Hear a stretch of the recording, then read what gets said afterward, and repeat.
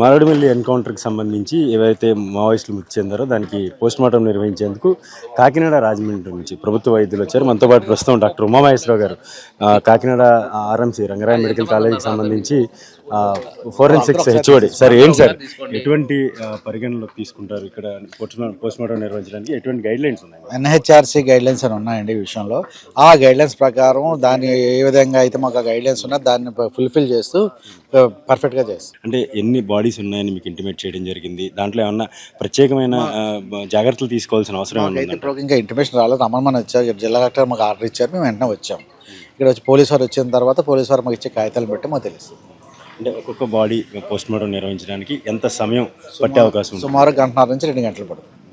అంటే ఎటువంటి గాయాలు ఉంటాయి ఒంటి మీద? జనరల్గా మీరు ఇటువంటి ఎన్కౌంటర్స్కి సంబంధించి ఇంతకు ముందు ఏమన్నా పోస్ట్మార్టం నిర్వహించారా? అప్పుడు కానీ ఇప్పుడు కానీ ఎటువంటి జాగ్రత్తలు తీసుకోవాల్సిన అవసరం ఉంటుంది? మాకు ఉన్న ఆర్డర్స్ ప్రకారం, మాకున్న గైడ్ లైన్స్ ప్రకారం ఏ జాగ్రత్తలు తీసుకోవాలో ఆ జాగ్రత్తలు అన్నీ తీసుకుంటూ దాన్ని పర్ఫెక్ట్గానే చేస్తాము. ఎంతమంది డాక్టర్ల బృందం వచ్చారు సార్? మేము 10 మంది వరకు వచ్చాము. ఎక్కడెక్కడి నుంచి వచ్చారండి? కాకినాడ, రాజమండ్రి.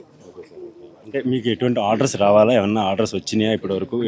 పోలీసు వారు పంచనామా చేసి ఇవ్వాలి, ఇచ్చిన తర్వాత మేము మొదలు పెడతాం.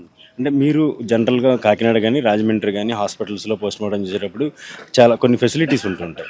అటువంటి ఫెసిలిటీస్ అన్నీ ఇక్కడ ఉండే అవకాశం ఉందంటారా? ఉన్నాయా ఇక్కడ? ఇది ఇది ఏరియా హాస్పిటల్ కాబట్టి మ్యాక్సిమం ఉంటాయి. ఏరియా హాస్పిటల్ కాబట్టి దాని ప్రకారం. అయితే ప్రభుత్వం నుంచి వచ్చినటువంటి ఆదేశాలతో పాటు పోలీసు నుంచి వచ్చేటువంటి ఒక ఆదేశాలు తమకు అందితే పూర్తిగా పోస్ట్మార్టం నిర్వహించేందుకు అన్ని ఏర్పాట్లు చేస్తూ ఉన్నామని ఇక్కడ రంపచోడవరం ఏరియా హాస్పిటల్లో ఉన్నటువంటి వెసులుబాట్లు, ఇక్కడ ఉన్నటువంటి సదుపాయాలను బట్టి పూర్తిగా పోస్ట్మార్టం నిర్వహించడానికి ఒక్కొక్క బాడీకి 2 నుంచి 3 గంటల సమయం పడుతుందని, మొత్తం 10 మంది వరకు వైద్యులు వచ్చిన నేపథ్యంలో సాయంత్రంలోగా ఇక్కడ ఉన్నటువంటి 6 హాస్పిటల్లో ఉన్నటువంటి 6 మృతదేహాలకు కూడా ఇక్కడ పోస్ట్మార్టం నిర్వహించే అవకాశం ఉంది. ప్రస్తుతం మనం చూసుకుంటే ఇక్కడ హిడ్మాతో పాటు ఆయన భార్య రాజక్క కూడా మృతదేహం ఇక్కడే ఉంది. మరొక 4 సభ్యుల మృతదేహాలు కూడా ఈ హాస్పిటల్లోనే ఉన్నాయి.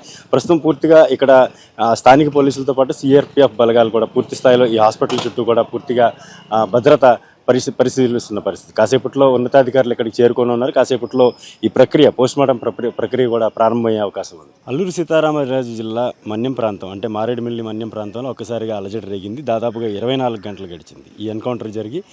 ఏదైతే మావోయిస్ట్ అగ్రనేత హిడ్మాకి సంబంధించినటువంటి ఎన్కౌంటర్ జరిగింది, ఆ ఎన్కౌంటర్ జరిగిన తర్వాత అక్కడ నుంచి బాడీలన్నింటినీ కూడా రంపచోడవరం ఏరియా హాస్పిటల్కి తీసుకొచ్చారు. ఇక్కడ కాసేపట్లో ఆ బాడీలన్నింటికీ కూడా ఇక్కడ పోస్ట్మార్టం నిర్వహించే అవకాశం ఉంది. తాజాగా ఒక అప్డేట్ తెలుస్తూ ఉంది. మరొక 7 అగ్రనాయకుల్లో ఉన్నటువంటి భాగంగా ఉన్నటువంటి కొంతమంది మావోయిస్టులను కూడా ఈరోజు భద్రతా బలగాలన్నీ కూడా మట్టుబెట్టినట్టుగా తెలుస్తోంది.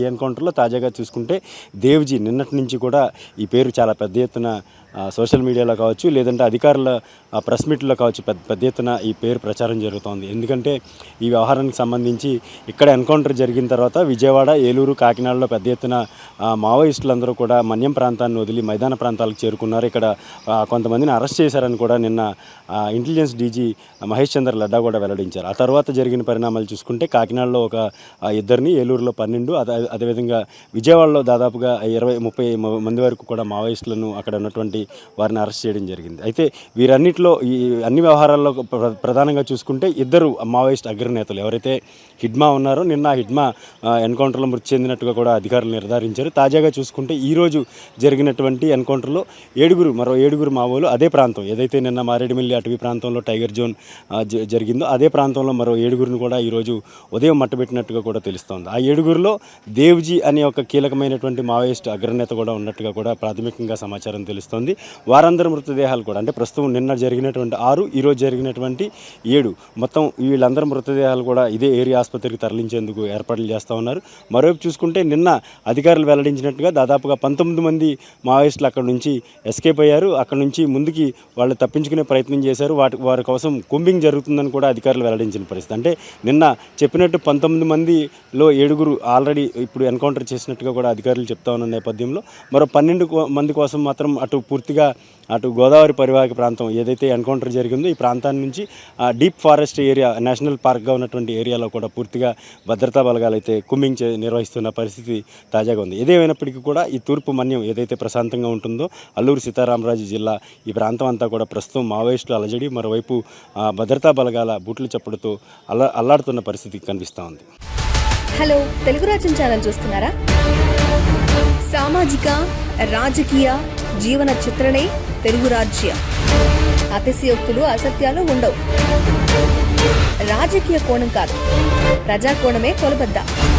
తెలుగు రాజ్యం వీక్షణ మీ ఉత్తమ అభిరుచికి నిదర్శనం.